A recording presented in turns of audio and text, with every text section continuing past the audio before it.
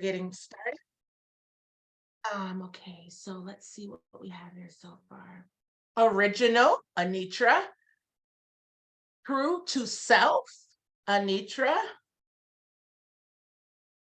What does authentic mean to everybody here? Like, again, there's no right or wrong answer, real and true. So far we have original, true to self, real and true. All right. Hopefully everyone has something that they can go ahead and look it up online. One of my secret weapons in writing is a dictionary. It doesn't matter how simple the word is. I often find myself revisiting a word's meaning to make sure that I am understanding it in the season that I'm in, because sometimes we have an understanding based off of what we're going through, what we're facing, what we know up until that point. And when we relook at a word in a different season, it's like, ooh, our eyes get open to something different. I'll go ahead and read what else we got here. Also, no hesitation to reveal who you are. Well, yes, that was a good one. No hesitation to reveal who you are. Now let's go to Google, guys. Go ahead and search, if you're able, and look up the word authentic. Because tonight's focus is about letting go of the imposter syndrome in writing. And the opposite of an imposter is what? Authentic. So, authentic means undisputed origin, genuine. I like this one also. It says bona fide mean being actually and exactly what is claimed. Authentic implies being fully trustworthy as according with fact. Is anyone seeing anything other than I'm sharing? Authentic means worthy of acceptance or belief as conforming to or based on fact. Worthy of acceptance. I want to rest right there. If you have something that you're writing down, go ahead and write down, I am worthy of acceptance.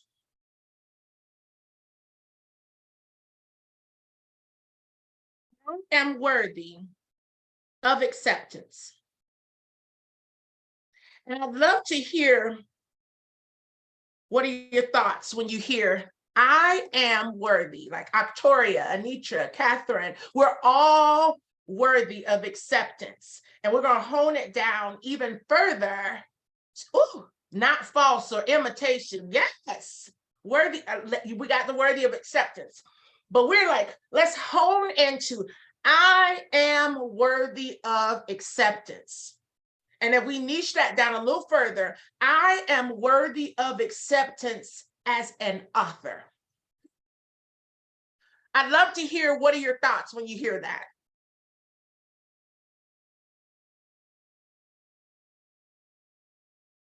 And feel free to go ahead and go off on mute and share. Yeah.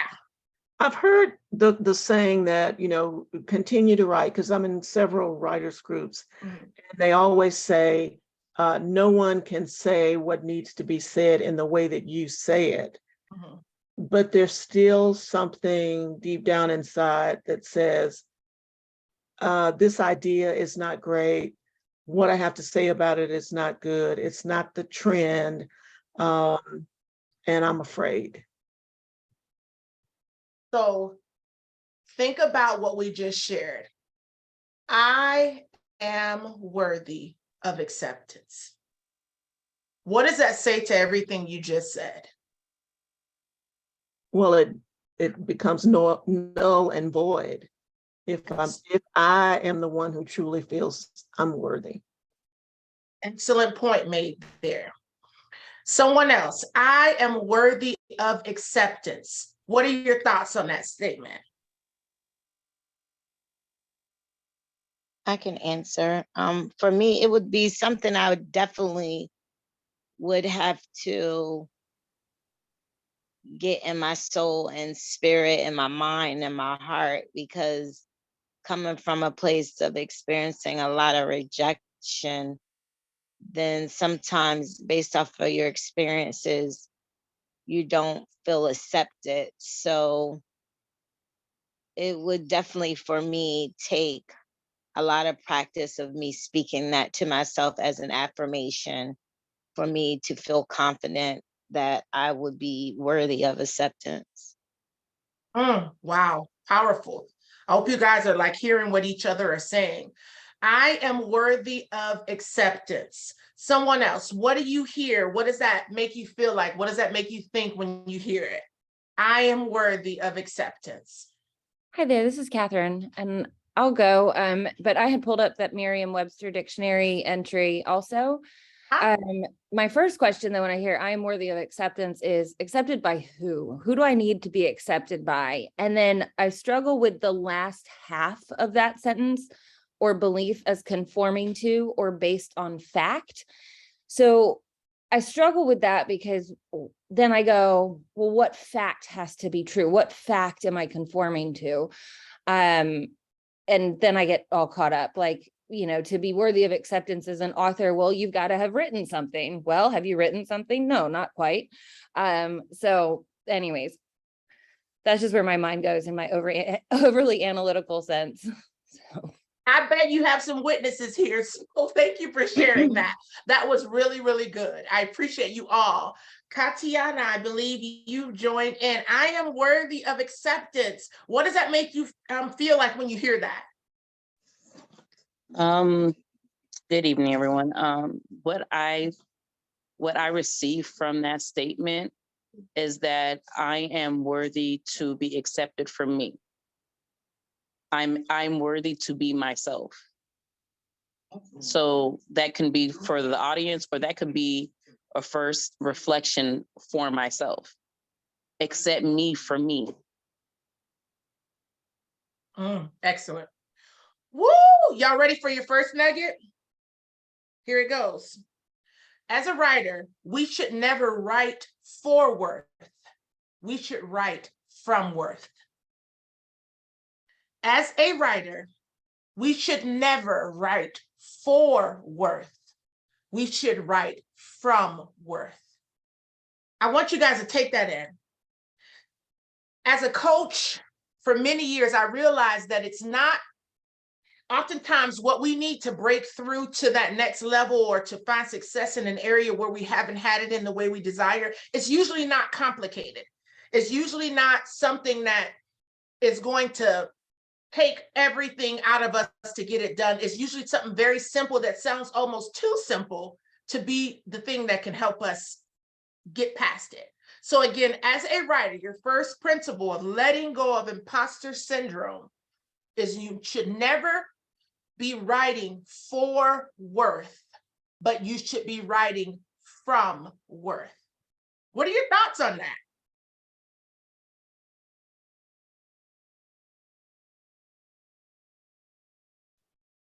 The first thing I think of is, I don't know, there feels like there's a separation between your work and your worth, and that your work is not who you are and it doesn't define you, but it's like a product of your skills and creativity. And there's a separation between the two. I mean, that's what it made me think.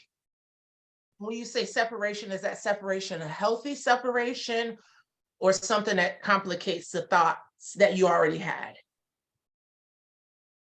I would think it's a healthy separation because I've only, gotten back to writing after my retirement last year, and I've probably had 10 to 15 rejections.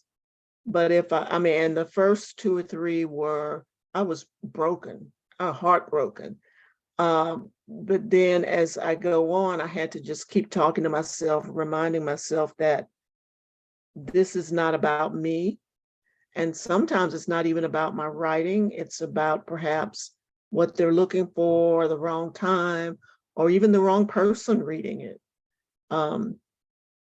So I feel like it's a healthy separation. Excellent. Someone else. We don't write for worth, we write from worth. What are your thoughts? We're letting go of imposter syndrome. Mind you, I haven't defined it yet for a reason. So I believe I'm struggling with this a little bit, Katiana. Writing from worth for worth for me is like saying that I am writing so that someone else can find my worth and my content even worthy to be read. And if I separate that and look at it from the vantage point of I'm writing from worth, then I have to believe that what I am putting in this book is worthy to be read. So like Charlene was saying that she separated, I get the sense of separating it too, but for myself, I'm not looking to be validated by anyone. I'm looking from the inside, knowing that God validated me to even anoint me to write it. Wow. I hope you guys see where we're headed at. OMG, we are letting go of some imposter syndrome. So that first nugget is we don't write for worth. In other words, it is an unhealthy mindset to approach writing with the goal of being validated in the marketplace.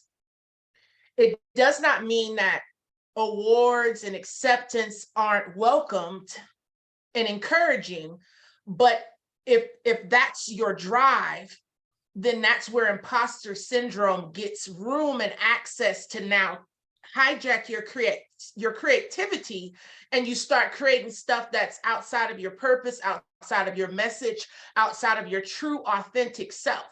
But when you write from a place of understanding that I am worthy, I am able, I am capable, I am knowledgeable in this area. So when I write, I understand that there is a market of people who desire or need or would enjoy what I'm about to share. And I don't need the validation of them to know that my message is powerful.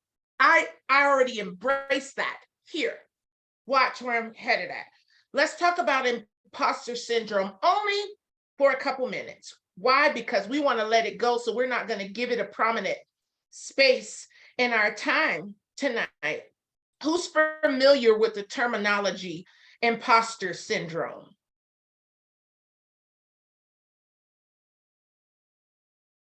Is everybody pretty much familiar with it? You've heard? Yep. Okay. So I'm going to be reading some research that I did on the subject.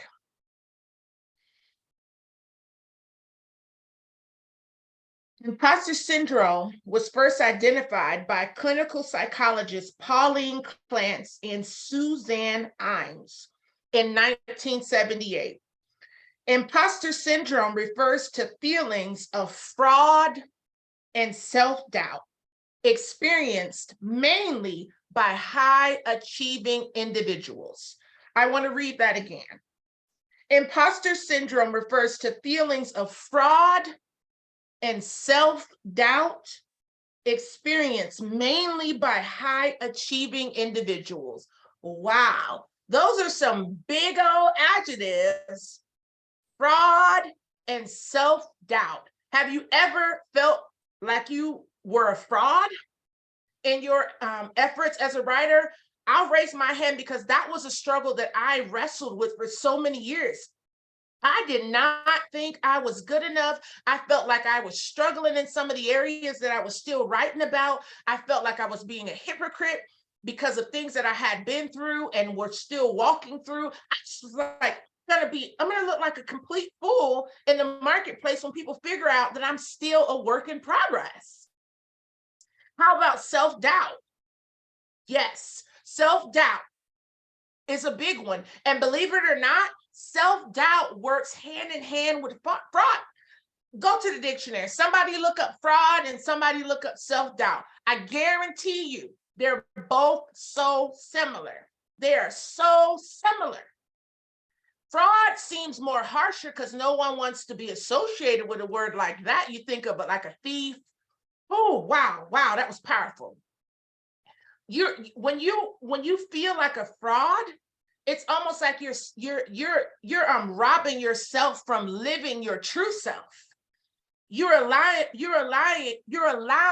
a perception of yourself to rob you from living as your true self, writing as your true self, sharing with the world in any way that your message is supposed to reach the world as your true self. When you get the definition of fraud and self-doubt, go ahead and drop it in the chat box, because I'm telling you guys, we're gonna be empowered with some tools to be able to identify when we're operating in imposter syndrome, what are some of our triggers, and how do we let it go? So fraud, intentional perversion of truth in order to induce another to part with something of value. Wow, that is some serious words right there. But think about it. When we know who we are for 1 minute, and then we allow the pressure of what we're pursuing for a future goal to cause us to abandon who we are, because we know who we are. There's no person on this line that doesn't know who they are, but for a moment we give up our identity because we allow a perverted perception of ourselves to deny our ability to act upon these gifts, these talents, this knowledge that's inside of us. And then we shut down, we stop, we quit, we self-delay, we procrastinate. Another definition of fraud, an act of deceiving or misrepresenting we deceive ourselves. I'm not a good writer. Nobody's ever going to listen to me. If I put myself out there, people are going to take me as a joke. I'm going to look like a fool. We're deceiving ourselves. We're lying to ourselves about something we've not even experienced. We've not experienced it. We won't even give ourselves permission to experience it because we're shutting it down. How about self-doubt?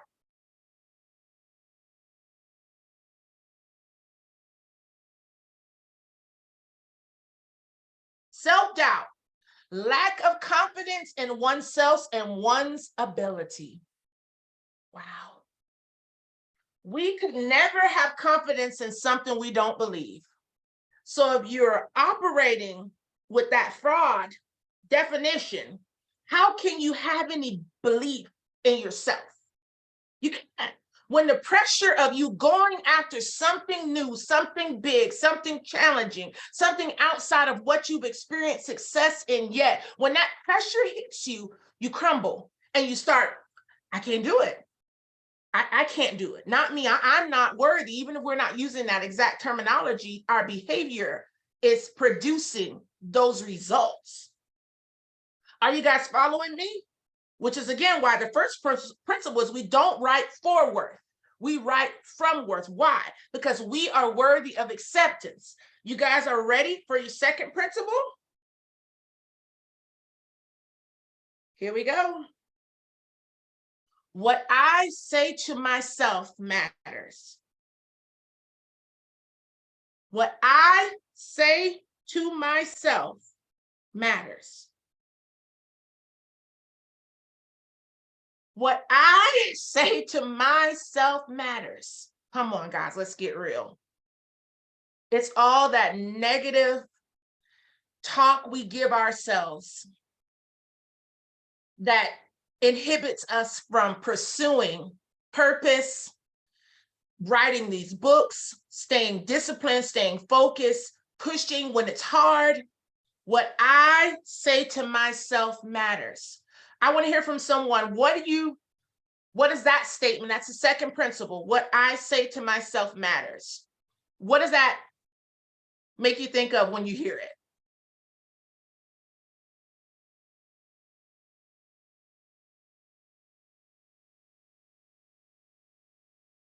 You can just take yourself off mute. Yep. It makes me think of, what is that little voice in my head saying to me,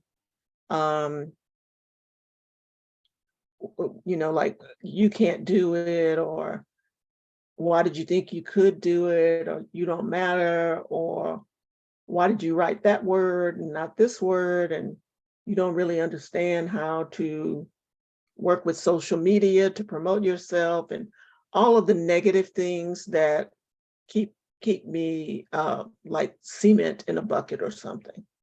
Wow, excellent. Thank you for sharing that. Anyone else? What I say to myself matters. Our second principle of letting go of the imposter syndrome in writing. What I say to myself matters. Wow. Here's the third principle, read to piggyback on that one. I have control of what I say to myself. This one was one of the hardest ones for me to accept, because for so long I felt powerless to the thoughts that were in my head. I'm like, they're just coming. They're coming nowhere. Like, I'm fighting them. They're just there. They're there, whether I want them there or not. They just show up. How can I control stuff that just appears? Here it is. When you accept that you have control of what you say to yourself, then you can apply this next principle. Sometimes you have to be intentional before it will be natural. Sometimes you have to be intentional before it will be natural. What do I mean? Remember, I said I felt powerless, like, you're a loser, you're stupid. I'm not lying. These were real words that were coming to my mind. And I felt so, how can I stop them? They're just coming from nowhere. I don't even know where they come from. What I had to do as those thoughts came, I would have to say, when the thought is coming, I'm stupid, I'm intelligent, I would have to literally up my mouth, be intentional in that moment to work against that thought that I once felt powerless to stop saying to myself. I had to say the opposite of it. Now, you may be thinking that's a lot of work, but you know what? You are worth the work. If we're going to write from an authentic place, it's a whole, like, being a successful writer is a mindset. Before powerful content gets to paper, a powerful mind creates it. Before powerful content gets to paper, a powerful mind creates it. So working on your mindset when approaching writing is essential, because if we don't deal with that and do that intentional work to go after those thoughts and combat them with truth, then we're going to keep being in this cycle of unsuccess, where we get excited, we get started, we get on the path, and then boom, the words come back, and then we're back at starting all over again. So again, the intentional work is when you hear the thoughts coming, instead of accepting them, because what you tolerate, you live with. What you tolerate, you will live with in life. And that goes with what you tolerate in terms of your own internal conversation with yourself. When you say to yourself, I'm no longer tolerating negativity that's coming against my creativity, and you start talking back to that negative voice and say, no, I'm smart. No, I've got this. No, I'm capable. Yes, I will finish. No, it may not make the type of sense that I want it to, but I'm still going to write anyway. It's going to help someone. I'm on my way to becoming a prolific writer. I'm on my way to completing my book. I'm like combating all of these thoughts that once had power to determine what I got done in writing. I'm taking back my power intentionally, no longer falling prey to the imposter syndrome of feeling like a fraud and constantly self-doubting myself to the point that I'm not doing anything towards my dream as a writer. Now, I know I've been on a tangent, so I want to hear from you. What are your thoughts? I've been picking out like 4 or 5 principles. Like, it's so much good stuff. Could you repeat that fourth principle? Sometimes you have to be intentional before it becomes natural. Before it becomes natural. Thank you. What are you guys' thoughts? It's a mindset. Before we create powerful content, we create powerful content in this mind. But if there's a war in our mind of what we can and can't do, then the creativity is crushed and stifled and incapable of producing what you were created to naturally just flow with authentically. See, authenticity in writing comes from here too. Authenticity in writing is a mindset. It's a straight up mindset. Everything that you're going to put to paper is going to be the result of what's in here or what's going on in here. If you're finding that you're experiencing writer's block, it's because you're trying. And when we start trying, that means we're not being. You've got to be in writing. Because I recall telling someone this, and it was a breakthrough moment. People don't buy perfect books. They buy published books. In the church, say amen. People don't buy perfect books. They buy published books. And perfect books, wait for it, never get published. Perfect books never get published. Authenticity is not about perfection. It's about excellence. Excellence is something that we grow in at every level of our life as we live and we breathe and we learn and we explore life. We go to new levels of excellence. The way I used to write when I first started is completely far more advanced now. I know more. I've experienced more. But guess what? I would have never be where I'm at right now as an author if I didn't write that first work. People don't buy. That was the fifth principle, I'm sorry. People don't buy perfect books. They buy published ones. You want your perfection? You don't want it. Only we limit ourselves. And that is a key.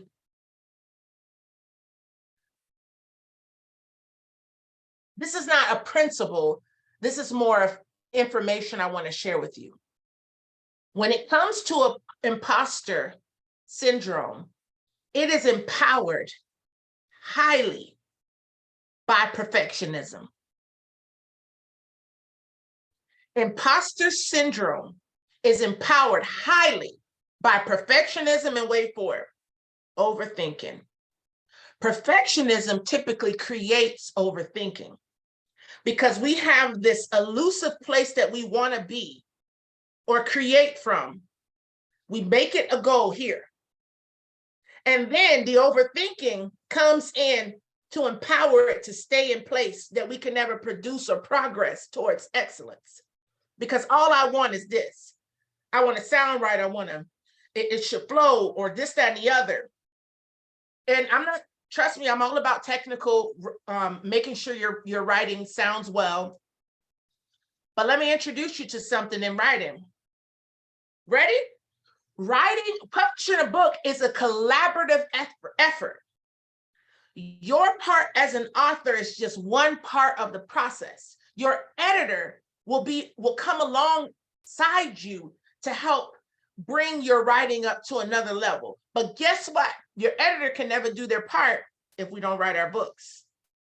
And we won't write our books if we continue to stay stuck in these cycles that are produced from imposter syndrome, and then they result in procrastination, self-delay, self-sabotaging, quitting, abandoning our dreams and our goals in writing, or unreasonable delays that didn't have to occur.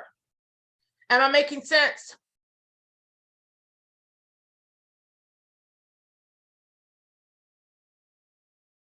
You guys are Yes. All right, so now we got about 20 more minutes here left. So I want to give a moment for some questions because I shared a whole bunch, all of which is geared towards helping you let go of imposter syndrome in writing. This is not a complicated thing. This is an intentional work. You have to be intentional. You have to be intentional. It's not, I haven't had a supernatural experience. Perhaps it can occur, but I've personally not had one. It is an intentional effort in writing that how I've gotten to this place. So question, thoughts, comments?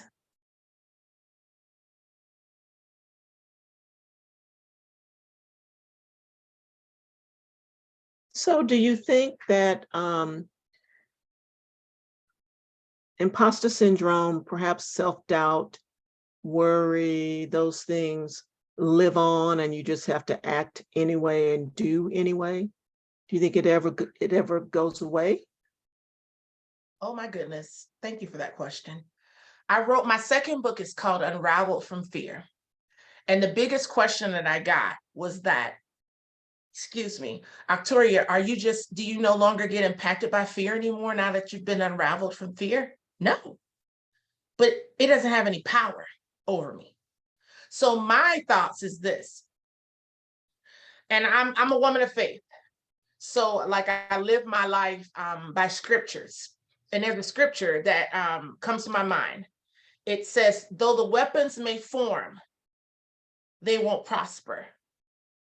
So when I think about that scripture, and to your question, I believe that doubt, that worry, those concerns may form again in the future. Once you've done this intentional work and you get into a place of ease in writing. Yeah, it might form, but you have the tools to not allow it to prosper. You do. And that's where that intentional work comes in to play. I'm not going to let this prosper. I'm not going to let doubt prosper. I'm not going to let worry prosper. I'm not going to let anxiety prosper. I'm not going to allow fear to prosper. I have the power to stop it. I have the power to act beyond it. So yes, I hope that answers your question.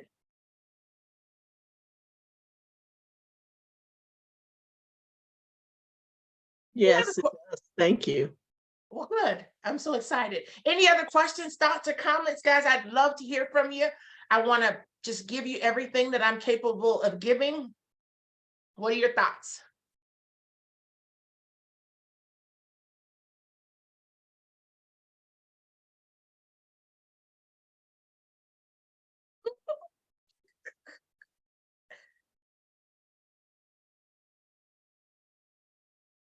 How do you feel hearing the things that I shared?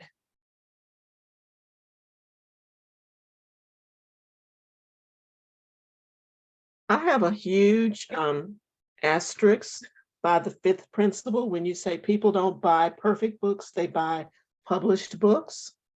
Because some of the books that I've read in the last several months, I've noticed they could get a 5-star based on my rating, but I've seen typos and a misspelled word and a misprint. That just says, once again, they're not, quote, perfect, but they're out there and they're good fiction or whatever, nonfiction. And I appreciate you for bringing that up. Again, I'm not promoting the lack of editing or nothing like that, but what I'm saying is John Maxwell, T.D. Jakes, Michelle Obama, these people didn't get to where they are because they started perfect. Most of them began and revised later. John Maxwell is actually very famous for it. He's revised a lot of his first works, a lot of them. But the point is, people purchase and grow with published work. You'll never know who you can impact and what difference you can make in the world with what's in your heart as far as your books if you don't get it published. Perfect content never gets published. It doesn't. Miles Monroe said something, the wealthiest place on the planet is the cemetery. And it's true, because so many people pass away with their dreams and in them. And I'd go even further to say, I would say that like the world's wisdom resides in the cemetery, because so many people had things that they could have passed on and shared, but that need and desire for a perfected work caused them to prolong and prolong and prolong to the point that the time is gone and that was never shared. So any other questions? I want to make sure everybody, because you guys are so silent, I don't know if that's a good thing or not. No, I don't want anyone to be that way, guys. You are worthy of acceptance in the market. You are worthy of it, but you will not walk in that worth if you don't do the work. Tatiana. Hearing this word, I've been working with you for a minute, and hearing this word is like, I just got spanked. And and self-conviction came about, hit me really hard because, as you know, I've been struggling with letting the content come from my head to my pen to my laptop. And today it hit me really hard because I was at my doctor's office and there was a book. I can't remember the title, but there was a book sitting on her coffee table, and there was another client that was there waiting as well, and she just busted out and it was like, oh my God, have you guys read this book? It is so profound, and it makes you think of some things, and it plants seeds. And I'm hearing her like get really, really excited about this book. And I'm like, God, that's what I want for my book. And as I went home and I started working on my book, this is what happened. I went and reflected on the 7 chapters prior and was like, I just made this so much harder than it had to be. I went back and tried to perfect each page, each chapter I've already put down on paper, looking for perfection, looking for that profound aha moment. And I'm like, I just prolonged my whole process, trying to be perfect, trying to be impactful, not realizing I'm not being impactful because I'm not completing anything, and nobody will ever read this because my imposter has sabotaged me. And we all are guilty of it. Honestly, again, I don't speak from like I've arrived. That was a big, huge struggle for me. Something came to my thought that I want to share with you as Katiana was sharing. We have to stop being the reason the world doesn't know our worth. And I know we're at about like the last 7 or 8 minutes, but I really want that to resonate with you. We have to stop being the reason the world doesn't know our worth. We do. My challenge is for every person on this line that you get out of your own way, get out of your head, and let the purity of your message flow. Let it flow. Remember, publishing a book is a collaboration. So there are people with different talents and skill sets that will help sharpen. There are different levels of editing. I almost always recommend a developmental edit, especially for a first-time author. If you're unfamiliar with what a developmental edit is, definitely look into it, research it on the internet. That will help develop your ideas, that will help make sure your transition from one idea, one thought to another is making sense. It'll also confirm that you're delivering on key concepts throughout your paragraphs and your chapters. So a developmental edit, I feel that should be the new standard in writing. But that type of editing will help bring ease to your mind, that that while I know that I might be missing some things in here, but the most important thing is you can't improve an unwritten manuscript. You can't improve it. Write it. That's very, very important. And one key to confidence in writing, I'm going to leave you guys with this. One key to confidence in writing, outside of everything that I shared, is knowing who you're writing to. That's a huge key to confidence in writing. When we understand who we're talking to, that really defines the tone and the way in which we'll communicate to them, because we understand that we're talking to this set group of people. And it releases us from that pressure of trying to reach everybody, which is almost impossible in writing. So This has been impactful. I hope you wrote down those principles. I hope you're thinking. I hope you're ready to make the decision to become intentional and do this work. I hope you're ready to pick back your dream up. Again, if you put it down, I hope you're ready to stop procrastinating. If you've been procrastinating, I hope you're ready to let go of excuses if you've been making them. And most importantly, I'm hoping that you are ready to let go of this imposter syndrome, whether you're on the fraud or self-doubt or both side. I hope you're ready to let it go. Oh, thank you so much. Because you are worthy of everybody, we're going to say that together in closing. Come on, come on, come on. Catherine. Yes. Yep. Y'all ready? I'm going to count. Okay. 1, 2, 3. I am worthy of acceptance. Let's try that one more time. Okay. 1, 2, 3. I am worthy of acceptance. Yeah. So let's write these books, guys. I'm not here to sell you anything. I just genuinely wanted to come in and empower you. Of course, definitely check our website out. We have more free resources that we can offer you. Look into that developmental edit so you can get an understanding of what that level of editing is. And write these books, guys. There's a world of people waiting for you. If there are no other questions, Thank you so much. Thank you very much. Thank you. Blessings to you and everyone.